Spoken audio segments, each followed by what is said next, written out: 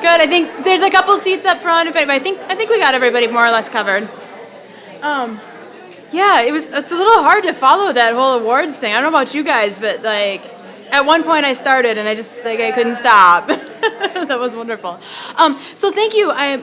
So if you're here, we're talking about treating and evaluating natural asymmetries in the horse. And I've seen some great presentations so far already, kind of touching on the subject. So hopefully we can just take it a little further. My name's Liz McHale. I am a registered instructor at Horse Sense for Special Riders in La Crosse, Wisconsin. I also my day job is teaching biology. I'm an anatomy and physiology instructor. And I'm working on a master's in equestrian education, so I got a lot of fun things going on. But anyway, so the biomechanics was a super good kind of fit for me in asymmetries.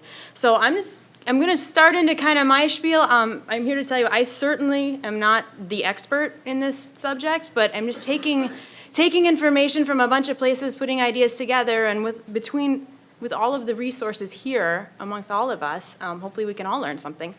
I will talk about two organizations that I think are really important to me. One's the International Society of Rider Biomechanics. Colleen Kelly is a founder of that organization. I'll give you the website and link for that. That's been really instrumental in a lot of the background that I have. The other one is Marika de Jong's straightness training. And I got permission from them I am not an official straightness training stamped instructor. They are out there. But I did get permission from them I said, I'd really like to talk about your program. And so she was okay with that. So I will refer you to Marika's material probably several times in this talk.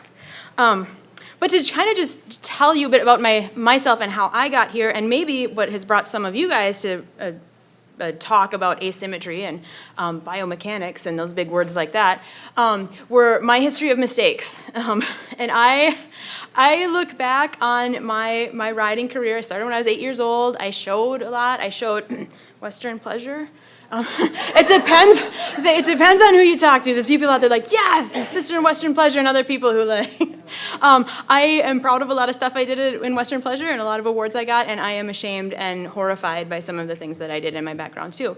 And it wasn't I bring up my horse Jake there. I had Jake, he was an old paint gelding, got him when I was 14. He was fantastic.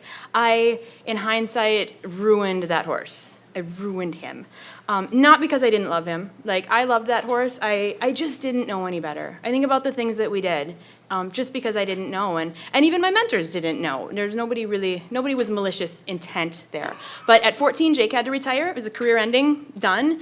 And there were a lot of things. His conformation contributed to it somewhat. But if I had known then what I know now, I think he could have lived maybe not a long competitive life, but he could have been productive and he could have done something and he would have been much happier and much more comfortable.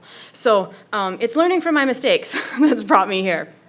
And I am trying desperately not to repeat past mistakes. So getting back into horses now, I kind of took some time off to do college and my children, and now getting back into the horses, I said, no, I want to do this right. I want to do what's right by the horse. And that took a lot of kind of soul searching, I think, for me to figure out what is right for my horses. All I knew was I did not want to ruin a horse at 14 years old and have him retired, and so he could not walk anymore. So I had another learning experience more recently with my dad's mare that I got. She had an injury, it was a stock type paint horse, had an injury on a left hind hock. And it was not that big of a deal. Like, the injury was fine. Even if she wasn't 100% sound, we were okay. Dad likes to walk down the trail. He's just a little guy. Like, it'll be all right. But she got to the point where she couldn't lift that foot for the farrier, the opposite foot for the farrier. And I was like, shoot, that's the deal breaker. Like, we have to be able to manage her feet. And so I kind of threw everything at her, the big guns, and we started on Adequan, and we changed the diet, and then I also started what I call my little physical therapy, horse yoga. I started doing a lot of this mechanics work on asymmetry with her, and I can't tell you, I didn't run a scientific experiment. Like, we did throw a lot of different things at her at the same time, but I firmly believe that work that we did, the actual work on the ground, was what made her sound enough now, and now she's lifting up that foot for the farrier fine, and she's 23, and we're in good shape, and she's looking a whole lot better than my old Jake did. So at least I'm getting better. So yeah, success. You've probably heard at some point, right? That's my... You've got to be willing to do a little trial and error. And don't be... you can't be afraid to make mistakes. I'm preaching to the choir with this one. You guys know that, right? But sometimes I think when we start talking about, especially when I throw out that word biomechanics, people think it's really like precise and rigid, and you moved your third metatarsal 2 millimeters to the left or something, and all of your problems will go away. And like, it's not like that. Like, I don't know, try turning your toe in, see what happens, right? It's a lot more trial and errors. Don't let it freak you out. I think the first key to all of this is knowing what you want, knowing what your goals are. And it took me some serious like soul searching. I knew what I didn't want. I didn't want to ruin a horse. And then eventually led me to like, okay, for me right now at this point in my life, I don't want to go back into Western pleasure. Like, okay. But later then, I tried to figure out, okay, what do I want and why do I want that? And eventually I broke it down so far that I realized what I wanted my horse to live to be 30 years old and sound and healthy and happy and functional. I wanted to have him a good quality of life and a good length of life. And I started looking around me, and okay, 30 years ago, we had horses retiring at 20 years old. Now, we still have horses retiring at 20 years old. 100 years ago, we had we should be getting better. Look at people living longer and longer. Like, our horses should, in theory, if we're doing better breeding, if we're doing better training, we should be lasting longer.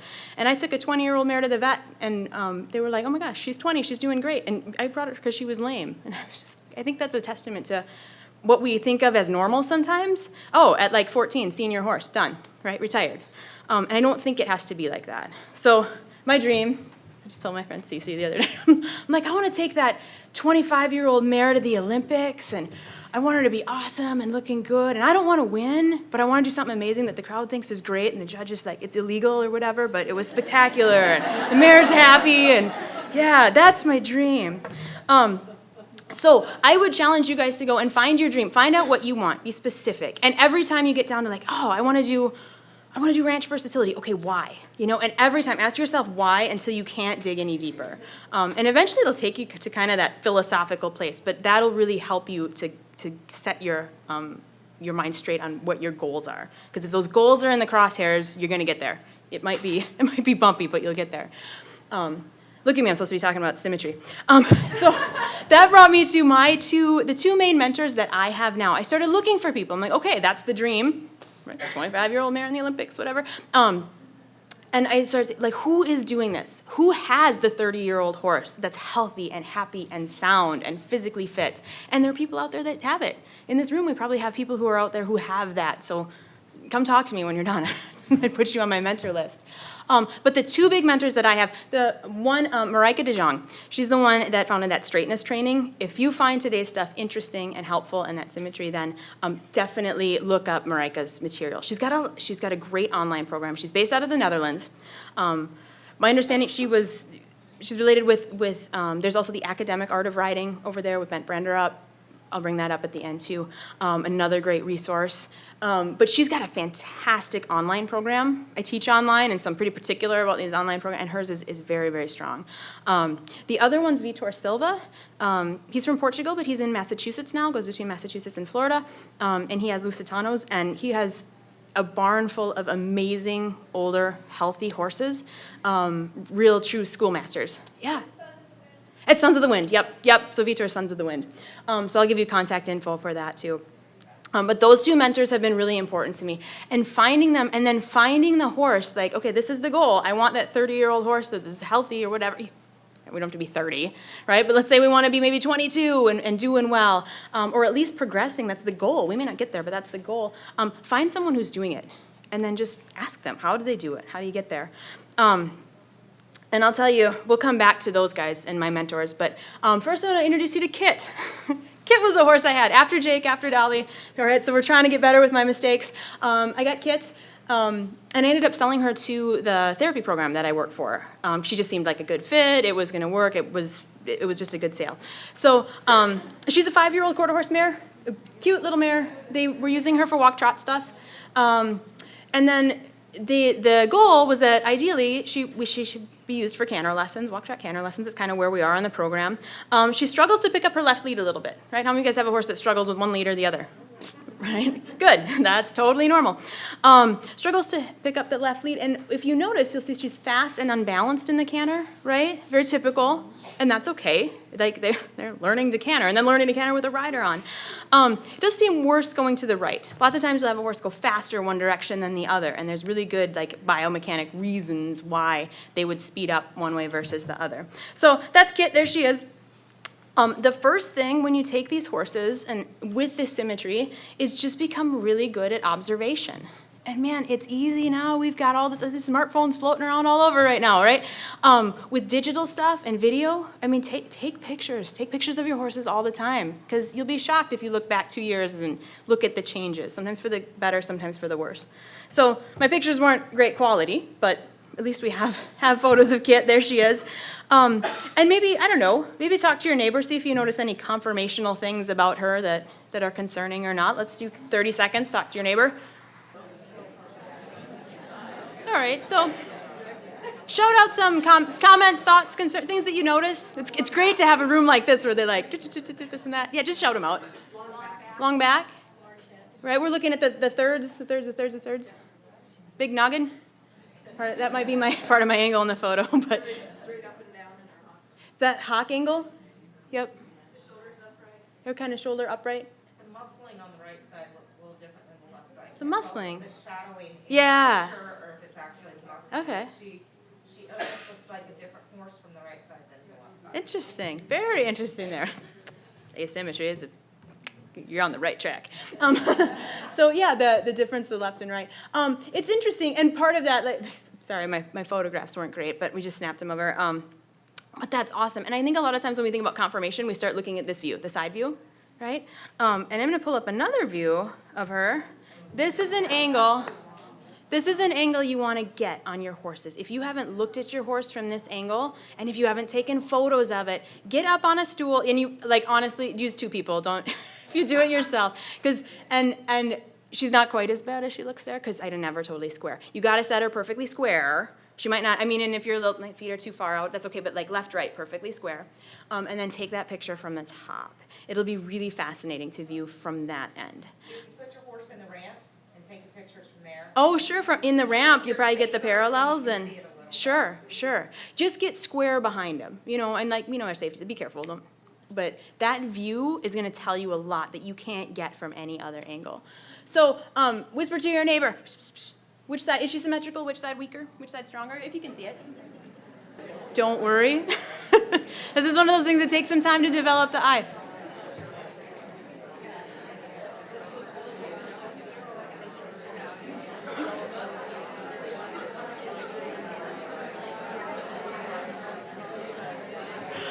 I love this group because like you're all into it. It's great.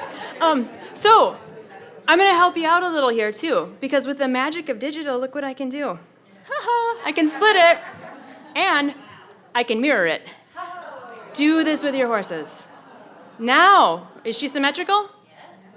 Yes. Well, the pictures are symmetrical, but look at that. I would say that butt on the left side looks like a 6-year-old horse, and that butt on the right side looks like a 3-year-old. Right? Not symmetrical. Difference in muscling. That's good. It's a good problem if you've got differences in muscling, because differences in muscling, you can change that, right? We can build it up. Differences in muscling, I'm gonna put my little physiologist hat on for a minute.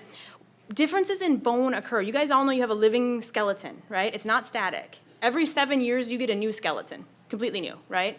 Which is amazing and great, but what that means is that, like, if you're right-handed, if you're a tennis player, right, your right bone mass in your right arm is going to be stronger, thicker than your bone mass in your left arm.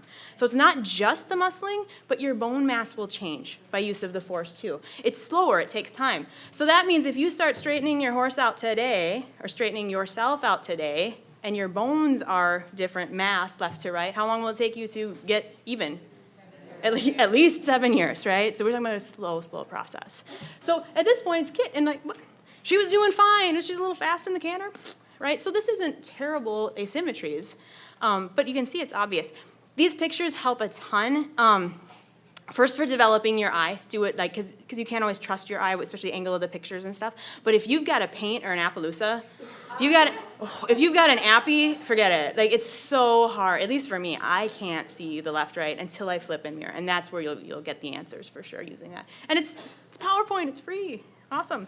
So interesting, we'll keep that in mind. I think I bring it up later. But left side. So which side's stronger? Left, right? We got more muscle in the left. We're going to put that together and do a puzzle in a little bit. I'll come back to that one and why we're left. Let's look at the front. Just narrow.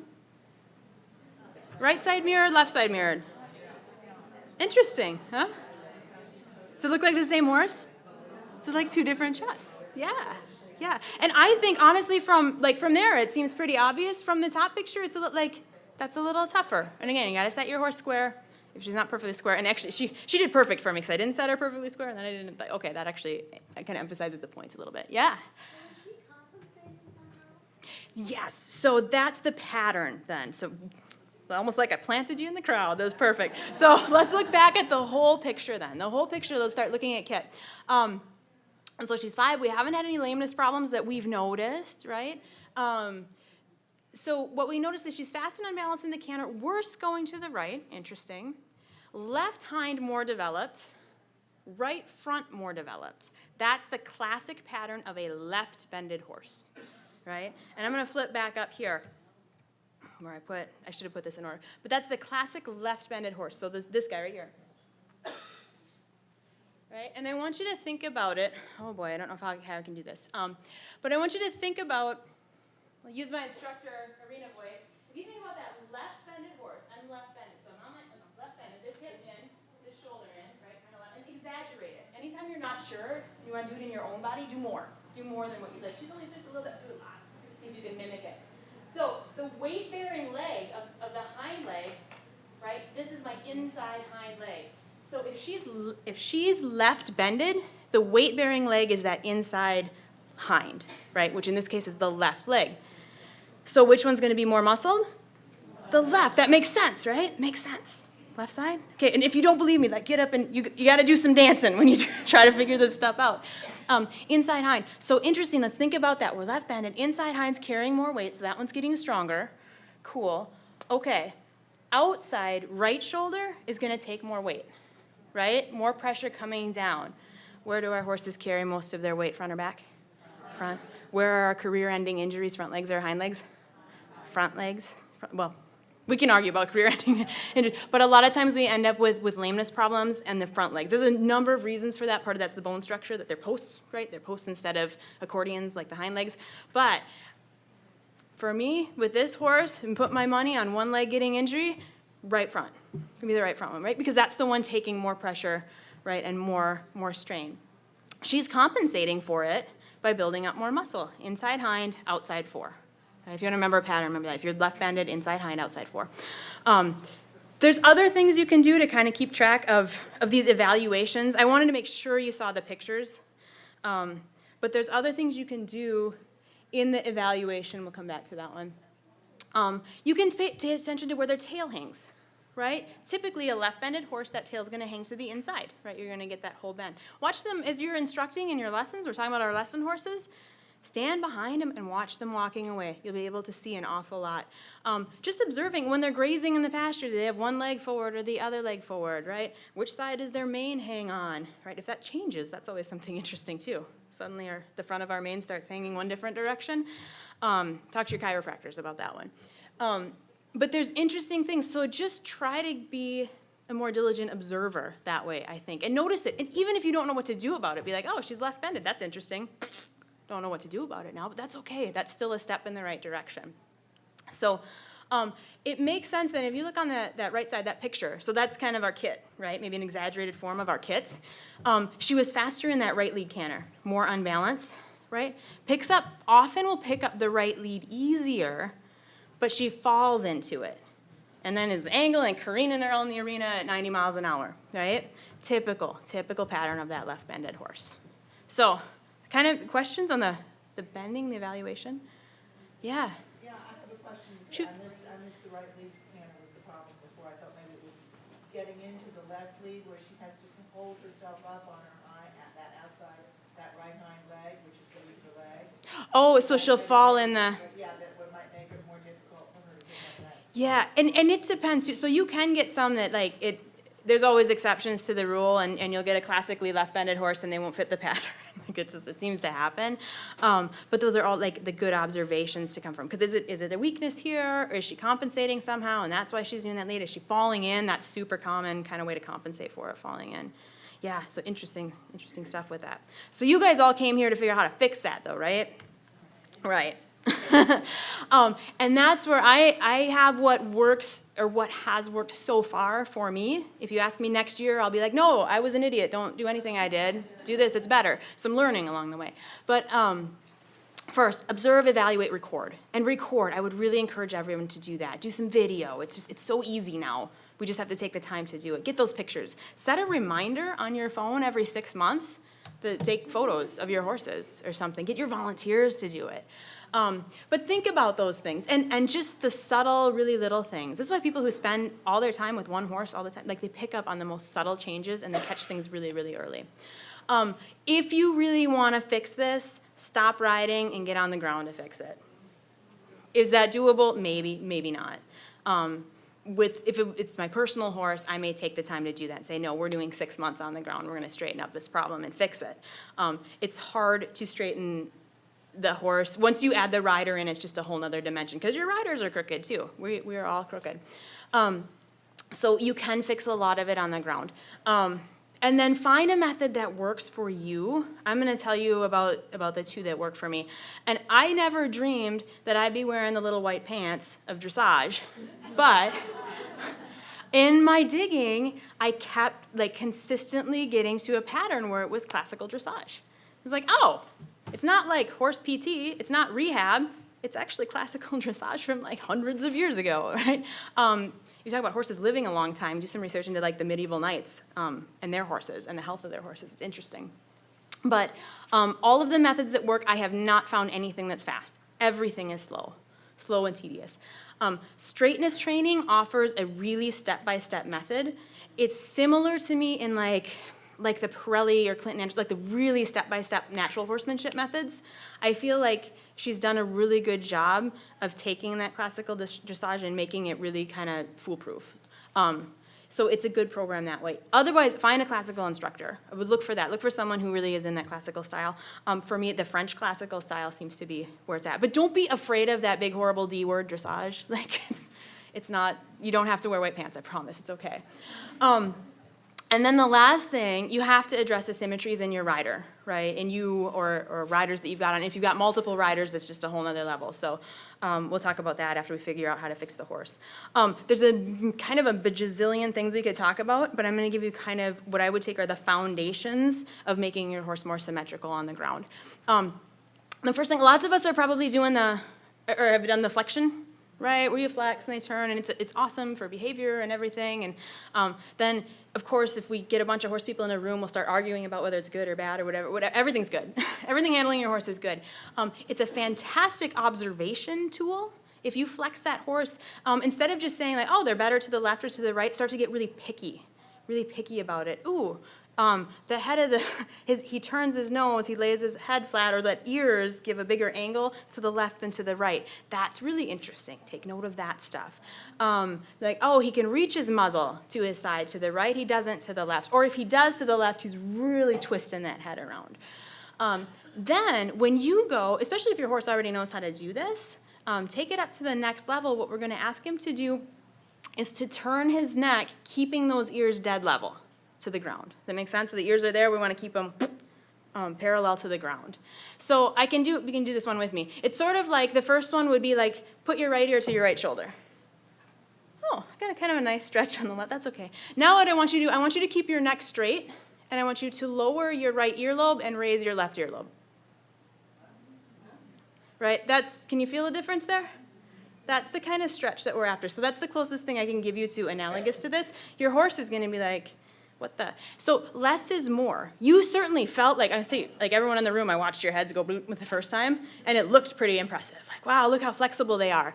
And then the second one, right, it sure didn't look like you did much, but you probably felt it, right? So less is more. It looks like you're standing there. The second picture, looks like you're not doing a lot to twist that head. Maybe you're not, don't let it fool you. That is being as effective, maybe more effective, because we're being really precise with that. That's one of the first things. That lateral flexion is going to help us with the left-right asymmetries a lot, and you'll notice major differences in your horse from left to right. And it's easy. It's easy. It's not like we have to, our therapy horses can do it, right? Ideally, you want them to lower the head a little bit, not get behind the vertical, but stay out in front of it, and then just work on twisting. And I actually grab them like by the jowl and we'll kind of twist. We're trying to get them to twist between the pole and that C1, right? We're just trying to be specific about where the twist is. I'm not saying you got to quit doing your other flexing, that's fine, but that's what we're after is way up in the pole joint. That'll be big.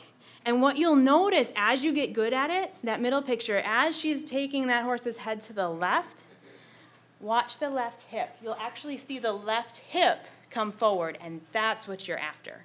So twisting that head brings the left hip forward. What have we just bent that horse into? Left bend, right? So there's a whole bunch of internal stuff going on that you're not seeing, but we just put that horse in a left bend and right bend. And then if you want to get really advanced from there, you take them into that bend and then rock the weight on the front legs. See if you can just rock the weight from left leg to right leg. What you're doing, you're freeing up that shoulder. You're getting ready for shoulder in and half pass and all sorts of cool things. That if you wear little white pants, you can use the fancy words to describe. We're making those horses symmetrical, right? So getting that lateral flexion, right? And Marika will call it, she calls it LFS, lateral, forward, and stepping under, kind of like the keys of everything. And they're all building blocks to the fancy dressage movements. The other thing then is to get your horse to step under. We want to make an inside hind leg that works. And there's another cool thing that comes from Colleen Kelly. She says you get $10,000 for every inch higher that inside hind leg comes up. It's true. If you sell horses, you can pay attention to this one. You get that inside hind leg stepping under. So imagine your horse standing there and see the red dot on my picture. So we're in a left bend circle. We're trying to be in that left bend because we're on the circle. We've got the pole bent the way that we want it. We've got that inside hip coming forward. It's a nice, beautiful bend. I want that inside hind leg to come up to the center. Right, and I think about this like a paper plate size, right below that center of mass, so kind of right below where the girth is. We're aiming for that foot to hit that paper plate every step, right? And the key, and this is where a lot of you will just be able to apply your other techniques that you've done, is in the timing and the release. Because how in the world do we explain to the horse that we want him to step precisely right there? That's all about timing and release. Right, and the old saying, like, the horses learn from the release of the pressure, right? So timing is key with this. We want them to step further forward than they're used to, right? So we're trying to get that further underneath them. We're putting more weight on the hind leg, strengthening that hind leg, and getting it between the 2 feet. Not all the way over, right, because then we're swinging the hind legs out, but right in between, right at that center of mass. Timing is critical with this one. And I don't have a horse here, but if I did, I would tell you it's a cluck every time that horse takes a step. Would anybody like to volunteer to be my horse up here? Come on up. So you might not all be able to see this, but I'm gonna do my best. Are you okay if I touch you? Are we okay? Yes. Good. Hi, I'm Patty. Hi, Patty. Liz. Good to meet you. So if Patty's walking this way, and just do a really slow motion walk for me. I want to cue now. As soon as that leg leaves her, now, right? Imagine I just goosed her right now, right? Like this. She's gonna go. So you're walking, and it comes right as that hind leg's leaving the ground. Goose, boom, and that'll step it up and under. If you don't time that right, you're gonna work against yourself. So practice on a horse that's okay with you miss the time. Sorry, thank you, Patty. I goosed myself so I could introduce you. Other than the cluck, is the cue just your legs being like the same side? Yeah, so you can use a whip. I will use the whip, and I like to touch like right up in that gaskin, and then a cluck, and like that's just kind of my cue, bring that leg forward. And if you time it right, man, they pick it up fast. So it sounds super technical to time it, like you've heard the old thing, you can feel when each leg leaves the ground. It's true. It takes a long time to get there. If you have never been able to do that, don't feel bad, you will get there. But if you learn how to do it on the ground, then you'll be able to translate it to the saddle too. Starting in a circle, great question. So start in the circle, because the circle is going to help you to get that foot there, and then move it to the straight line. Yep, that's kind of the next step from it. Yeah? How big is the circle you're working on? I start on like a 20-meter circle. That's dressage speak for a half the arena. At least my arena have. Yeah, and kind of, you know, each horse, but whatever, like, help the horse out. If you notice he's hitting that spot, like, awesome. And then kind of challenge him. Maybe take him to a bigger circle and then do that click and try to get him to step under. The key is to do both sides. One side will be easier than the other. You'll notice him step under. And make note of that. Observe that. Right? And then which side do we work more? The one that's not as fun to work on because they don't do as well. But we have to work on that opposite side a little more. So, yeah. I am on a lead. Yep. I have a lead, and I'm like right there. Like I'm, you know, 2 feet away from that hind leg and going. And in theory, I mean, I guess, yeah, like I said, I do this without the rider.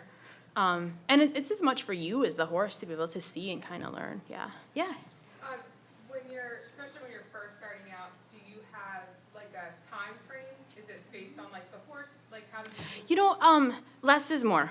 Less is more. And if you've ever, like, who's done a yoga class? Right? And people are like, oh, yoga, you didn't do any work at all today. Right? If you've been to a yoga class, you know, like, how much work these horses, and actually, that's why it's great for our therapy horses, I think, because it's low intensity. It's like that yoga. It's low intensity, but the more precise, the precision is what pushes it.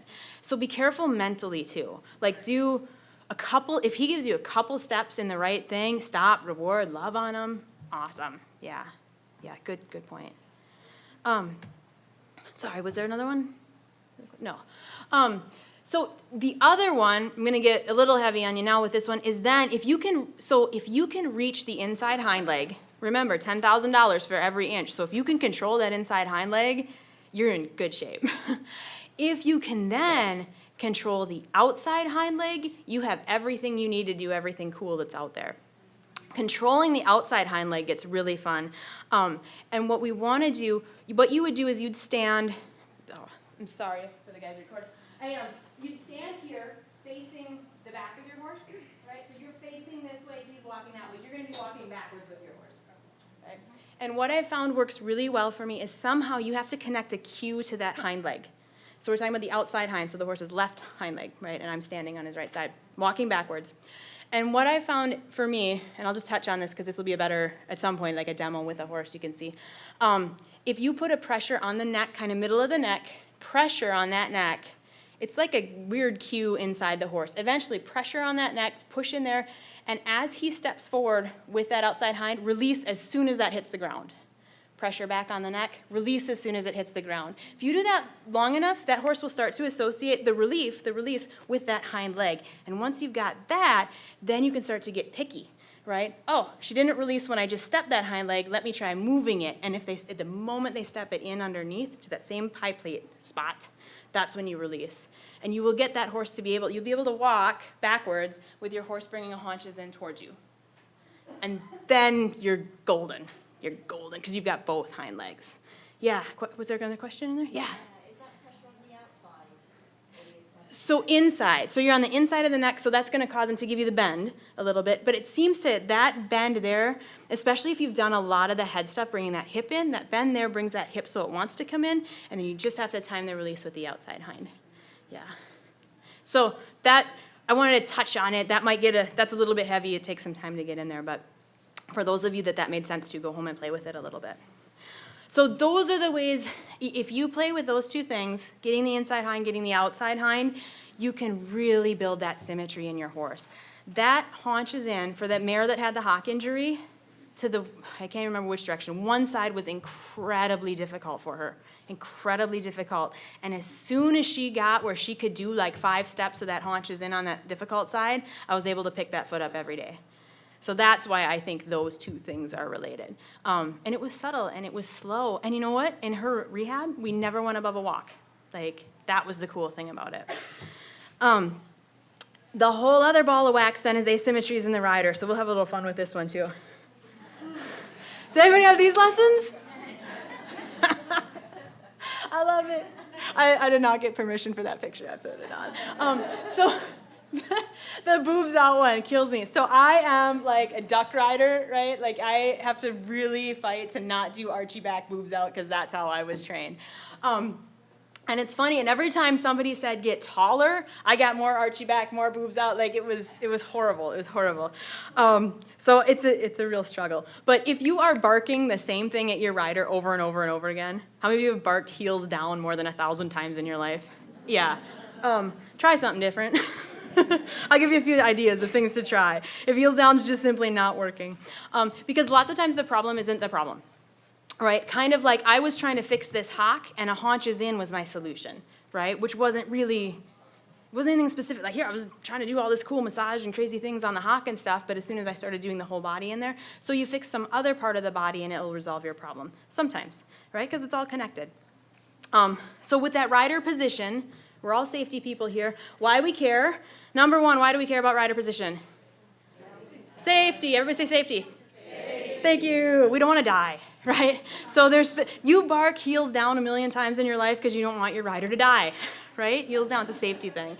So that's number one. Honestly, I don't care if my horse is symmetrical if my rider's going to die, right? If my horse is pitching around and it's like, yeah, some rodeo out there, the last thing on my mind is his muscle development on the left side. I could care less. So safety first, and then people argue with me about these priorities, but rider pain and horse pain, right? And those two usually, frequently, will go hand in hand.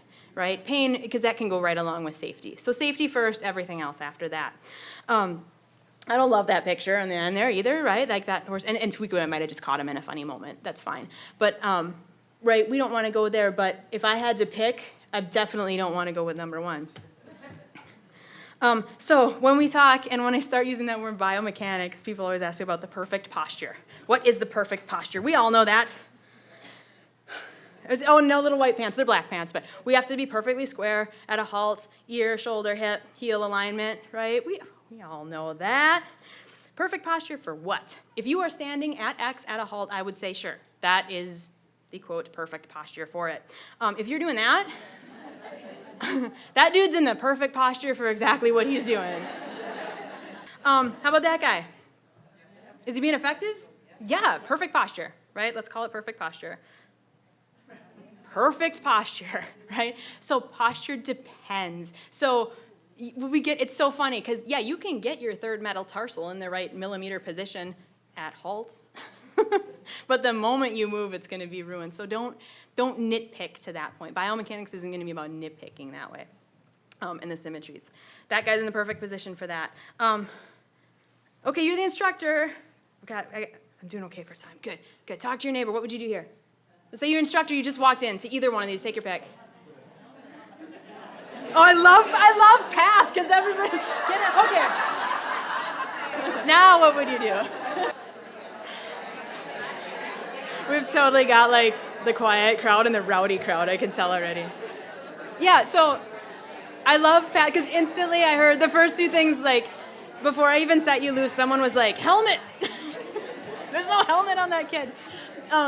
I heard someone else say safety stirrups. I'm like, that's awesome. If you are safety, good, beautiful. If you can't pull that out of your brain, perfect. I love it. This is about asymmetry in here, right, today, and you still can't turn it off. Perfect. Perfect. Yeah, thoughts, shout them out. Where do you want to fit? Like, what drives you crazy? What do you want to fix? Other than the helmet, we got that taken care of. Let's talk about a rider on the left first. The lower legs, the legs are forward. That's what's going to drive you berserker? Rotate it out, toes out. Yeah. Just shout it out. Okay. Yeah. The horse may be too wide for her. Yeah. Her little legs are kind of splayed out. Yeah. So horse rider mash. Okay, how about the one on the right? Archy back? Yeah, that's like my problem. Okay. Cool. So this is a little bit of a trick question because I knew, like, it's especially the helmet thing. Like, people always revert back to, I walk into my riders, I see that, oh my God, those legs are far forward and turned out, I'm gonna fix that. Oh my God, that archy back, I'm gonna fix that. And I'm gonna tell you, no, don't do that. You know what? Nobody's gonna die. I mean, we got the helmet on, that's important. I don't see anything that's freaking me out like somebody's gonna die right now. I'm gonna say, forget it, get behind those riders. Get behind them. I don't love the leg out front. I don't love the archy back. But you know what? That's not going to ruin my horse today. What's going to wreck my horse is asymmetry, left-right, imbalances from behind. So if you're going to take one thing away from here about riders, Spend more time coaching from behind. Side issues in your rider, left-right issues in your rider are the fastest way to ruin your horse, right? Because of those asymmetries. Your horse is probably already asymmetrical, even with good riders on it. Good riders are already asymmetrical. Don't make it worse, right? So get behind your riders, fix them left to right. Number one, deal with any safety things. I won't goose you, I promise. Come on up. 1, 2, 3, beautiful. 3, 4, whatever, whoever wants to come up. Come on up. Perfect, I'm gonna have you guys stand in a line facing that wall for me. And just try to stand square and face the wall, and yep, just in a line like that. As square as you can, so they know what that means. So, we're gonna call you riders number 1, 2, 3, right? This is something you can do with your riders too, depends on your group. But rider number 2 and 3, I want you to look at the person in front of you and tell me which fingertips are closer to the ground. So rider number her left. Okay, cool. Rider number 1, you can come around to the back and then do the same. Rider number 3, what do you think? Fingertips closer to the ground? Right? Okay. Cool. So in the front, and on rider 2, you can move to the back. Yeah, stand square, no pressure, right? And then as soon as they know, they start to they'll already start to correct themselves. Right one lower. So fingertips is good. You guys can stay right where you're at. We'll get the same thing. So other things you can do, which earlobe is lower? Or earring is lower? Yeah, sorry. I wasn't really gonna. Left earlobe lower. And say, it's gonna be hard with your hair there, yeah. And then once you got your arm up, it's probably gonna mess it up. But fingertips, earlobes. Let's take like 3 steps forward. Yes. Perfect, thanks. Standing. Yeah, and that's what you'll find. Sometimes you can't tell. You'll be like, I don't know, that's great. So go ahead, stand square. We won't pick on your earlobes anymore, that's okay. Don't move, freeze. Which foot is turned out more?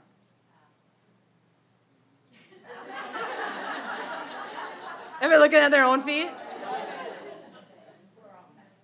Anyway, you guys, you get the idea, right? You get the idea. You guys can go back. Thank you, wonderful volunteers. But, and use your judgment. If your riders are comfortable with that, do that at the standstill, but then do it at the walk. Do the walk. Oh, whose foot's turned out more? And you'll usually get like some pretty dramatic stuff. Or if you have like your instructors and you're doing a lesson with your instructors, have your instructors do it with each other. Do it with people who are comfortable. They'll get competitive, man. And like by the time they get to the last person, they're like, oh, you're perfectly straight. Well, it's because they've been like correcting themselves all the way along. Yeah. It's easier to see if you have your rider wear a black shirt and put Oh, tape across. you're Call it plumb line. awesome. Yes, you're ahead of me. So clothing, use the clothing. Yeah, no. Beautiful. I love it. Yeah, so use that clothing, and if you can use some masking tape, if you can give somebody anything to like prove it, right, any visual aids there, that'll help a ton. I do want to touch on this one because I get people that freak out about the old chair seat, right? It becomes a big deal. Yeah. How would you suggest helping someone who tends to motorcycle their reins? I have a Motorcycle their reins. particular that no matter how I express it, so I don't think I found the right words yet for her, Yeah. that when she wants to turn, instead of bringing and turning her body like the whole class is hers for 6 months, she wants to do this. I would take the reins away. Obviously, puts her off. Yeah. What would you suggest for something like that? Ooh, I got a good one. So, so this is a rider, motorcycle, and she's turning big. So one of the things, this is great. We just do a question and answer. I'll get through all of it eventually anyway. What you'll have is what I want to see in a turn. If we were going to mimic that turn that we did on the ground, the stepping under and the bend and all of that, with the rider on, I want that rider perfectly weighted in both seat bones, right, even. So I had a student this summer, and I was like, dang it, like she's leaning on the inside. And of course the horse turns, but it falls through the turn, right? So you can demonstrate that, say like lean more, do more, and then really watch the horse fall through the turn. That's one way. But with this student, I took out $2 bills, and I put one under each seat bone, and I was like, if you don't lose those dollars, you get to keep them. And it was awesome. She was straight up and down, perfectly balanced. Try that one, maybe. If you think the weight change is going all the way down to her seat. I just know what I see when I see her from the back. Yeah, It's almost like from the belt up, she's tipped. Of course, she ends up tipping the whole time. yeah. But it is, and if I harp on it, it just makes her.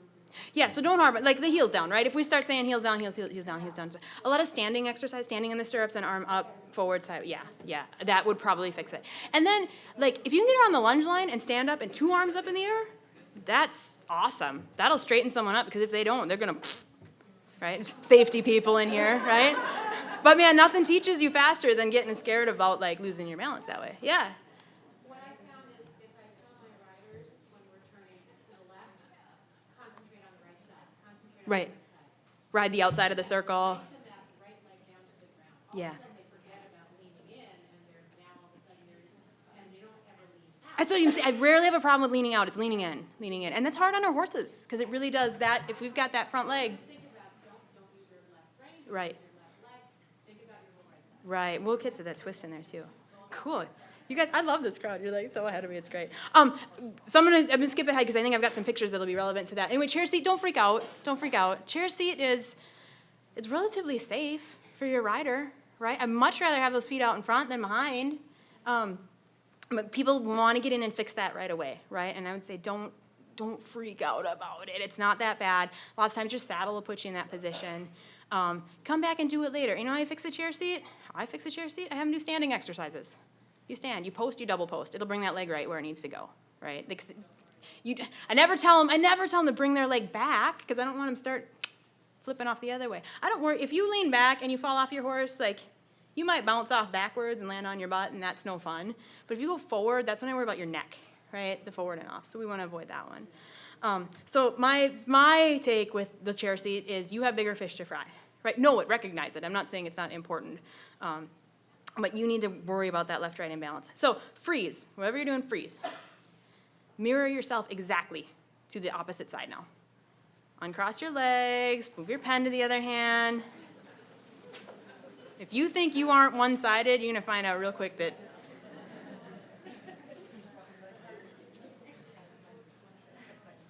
How you feeling? I feel awkward. You guys look the same. Like if I took a picture of you, you wouldn't know that you all feel ridiculous right now.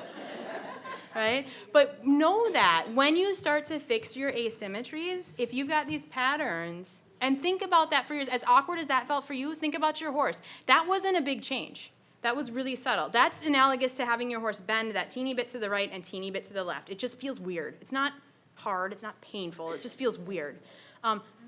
Enjoy that weird. Go home for the next week, brush your teeth with the wrong hand. You're gonna be cursing me. If it's in the sink, son of a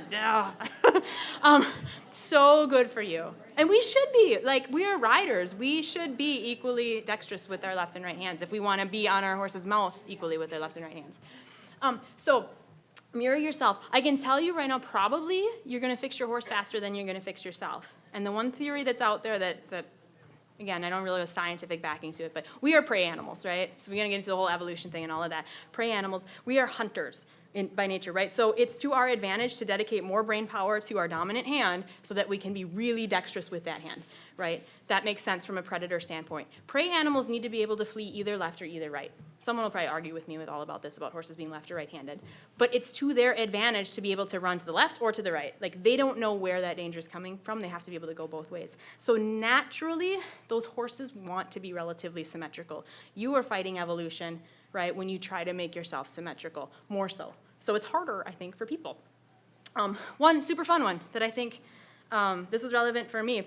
I'll give you two, because I think you guys can appreciate this. Heel down. Anybody ever had a problem with one heel down and your right heel goes down, but your left doesn't? Like, what in the... And I used to have a teacher, she'd bark at me. She'd be like, get your left heel down. And one day I turned to her and I said, it is! I was so mad. And then I took one ride with Colleen Kelly, the biomechanics person. She goes, get your right toe in. Right toe in, left heel down. So that one is just such a common pattern. I want to make sure that you get it. Because often if you watch those riders from behind, you'll see one toe out, the opposite heel will be up.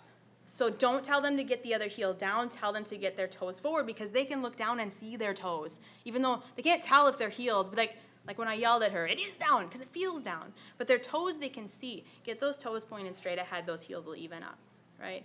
And that'll all the way from the hips, right? That'll help everything.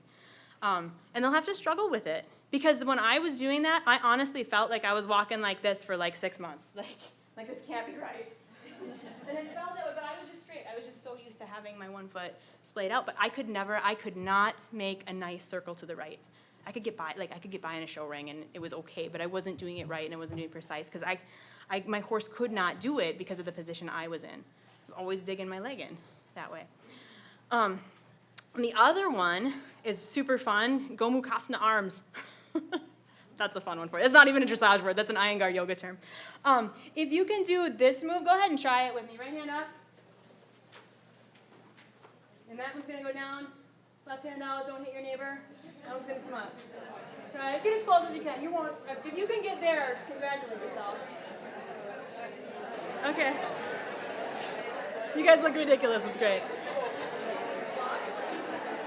That's nice. Okay, now, I want you to pay attention, like specifically to how far up your back your left hand went. Kind of think, just sort of like make a mental mark of that.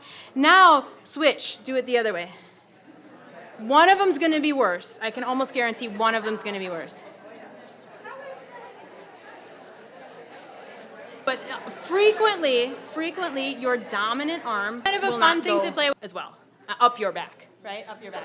So you can probably guess. It's sort of fun. You can guess with people if they're left or right-handed. Ask them to do that exercise and be like, are you left or right-handed? And if they're really touchy-feely and you're okay with them, like give them a little arm massage, shoulders and arms, and see if you can tell if they're left or right-handed. It's super fun to do that. You can usually tell. It's amazing because their dominant arm will typically have more muscle, which you can actually feel if you feel both of them. If you struggle, right? So when I started doing this, my yoga instructor really helped me a lot. When I started doing this right hand could not do like that. Guess where I had trouble with my circles? If your right arm won't go up, your circles to the right are gonna suck. You're gonna fall in every time because that shoulder can't pull back and that horse can't get the hind leg under and they can't give you the bend. So get yourself symmetrical. Practice that one every day. Yay. Did anyone see someone where you were just like, what the, who did it amazingly, like overlap both handed? Yeah, I saw one or two. Do you guys go to yoga? No, I'm a yoga teacher. You're a yoga teacher, see? I bet her, no. Are you an Iyengar teacher by any chance? Because that's what I was gonna. That was my base. Nice. I'm a therapist now, so. Oh my God, I always wanted you to come up and finish my presentation for me. The best riding lesson I have ever had was from an Iyengar yoga instructor who didn't know anything about horses. Amazing. Go do it. Go sit in a yoga class, but turn your brain to horses. I know they tell you not to. You're supposed to like just zone out and do your thing. But think about the riding. Oops, that's my alarm. I gotta be careful. Think about the riding with it. But that makes perfect sense. Okay, if I can't get this arm back, that means I can't get this shoulder back. It's because my right arm is my dominant arm. It's because you know what I do all day? I end up sitting at the computer like this. Can't get that shoulder back. So I can't make nice circles to the right. I have to really think about it to pull that shoulder back when I'm doing a circle to the right. Now that if I can think about it enough, I can do it. The best thing that's helped my circles is my yoga class. Amazing. So get yourself in yoga. Encourage your students to do it. I think, for me, Iyengar yoga has been the best thing because I think, and there's probably other yogas out there, and dance or martial arts or whatever floats your boat, do it. But Iyengar yoga is very specific. Iyengar. Thank you. I wrote it in here somewhere. Teach by testing. Like, so even doing that, do that with your students. Do the arm thing and prove it to them. Don't be like, your circles to the right suck, right? Be like, show me your arms. Okay, because that makes sense. Like, you know. Do your posture assessments using a grid. If you take pictures of yourself with a grid, use a mirror. Get with your buddies and do this. We've done a few all-day seminars, and we do that. We put people up against a grid, and you can nitpick the bejeebies out of somebody, and like, that's effective to a point. One of the fun things you can do is go up against a wall and have a thumb race. Right? Go up against a wall, raise your arms up, see which thumb gets there first. It's a thumb race, right? You'll be surprised. One will do it faster than the other. Interesting, asymmetry. Get 2 scales. That's another super fun one. 2 scales of the same kind and put 1 foot on each one. You'll be amazed at the difference. You gotta have a buddy read the scales. You'll notice how when you look down, your weight fluctuates, and how when you look up, you're steadier. That's a good point to prove to students. You can put 2 scales under a saddle rack and start playing with putting your horse on the forehand and moving your weight. Rolling your thumbs over will add like 5 pounds to the scales. It's amazing. So get some scales and play with them. That's super fun. Use clothing to your advantage. There it is. You can buy one of these cool jackets. or you can get one that has a seam on it. Belts are awesome. If you can encourage your riders to wear the right clothing, or if you're making like t-shirts for your group, maybe consider like, can we put a vertical line across the back? I mean, that'd be kind of nice. Use photos to prove it, right? Especially if you can get a halt from the front or the back. That really tells a lot, right? Now we know maybe, oh, a toe in, a heel out, right? It's subtle. That's certainly not bad, but we could probably make that ride a whole lot better. If it's a competition ride, we can add a few points, I'm sure, to a few of the movements. Oh my gosh, leg yield. There's so much stuff I want to do. You want to see some real biomechanics. I don't know how you feel about bullfighting. Don't freak out. But if you want to see some awesome mechanics in movement and where it's really real yet today, you can YouTube up and see some amazing horse-people interactions there. This one I may have to end close here, but one of the things I want to talk about with your rider and with that weight with the horse, I've seen more people struggle trying to push their horse over. When you're on the horse's back, imagine like you're the horse and someone's on your shoulders as your rider, okay? And imagine that person leans right. What are you going to do? You're going to step under them, right? You're no dummy. Like, I'm not gonna, like, we're attached. I'm not going to drop you. They're going to step under you. Horses, unless they have learned to step the other way and drop you off, which we teach them to do when we dig a spur in their side, we do teach them to do that. And they will do what we tell them to do. But if you get on a little baby, young horse, and you lean one way, they just step right under you, right? So think about that when you're teaching too, because too often you see people trying to push the horse one way or another, and it's so subtle. All you need to do is try to stay in balance. And that's why I put my bullfighter up there. I'm like, he's not pushing that horse away. He's just saying, like, let's get out of here. And the horse is like, okay. They're working together as a unit. So that's a tidbit. Oh my gosh, how to ride a circle. I think I'll probably leave you on this one, or maybe ask a few questions. I think this photo is a fantastic one about your hips and your shoulders. So we already talked about when you're turning that circle, and you're going to try to make that beautiful left circle and keep your horse in balance with that inside hind coming under. You want your shoulders to parallel the horse's shoulders, right? We look first, and then we pull the shoulders, but the hips. So as you're sitting in your chair, make a turn to the left right now. Like, just imagine you're riding. How would you turn left? First question I'm going to ask you, are your seat bones even? Should they be even? Let me define even by weight distribution. Equal weight in both seat bones? If you're turning? If you're doing a balanced turn? Yes. Yeah, that might just like throw a bunch of, it threw me for the loop the first time. I thought, oh my God, I should be leaning, no. Right? So even seat bones, if you want to make your rider do it, put $2 bills under their butt. Even seat bones. Now here's the question. Which hip came forward? You just made a left turn. Your right hip? Your left hip.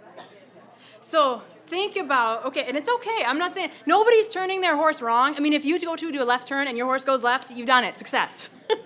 Right? But I'm going to say if you want that balanced $10,000 turn with the inside hind lifting, you need to stay even in both bones. You need to take your left shoulders with there. And the thing is that your hips mirror the horse's hips. So look at my picture up there.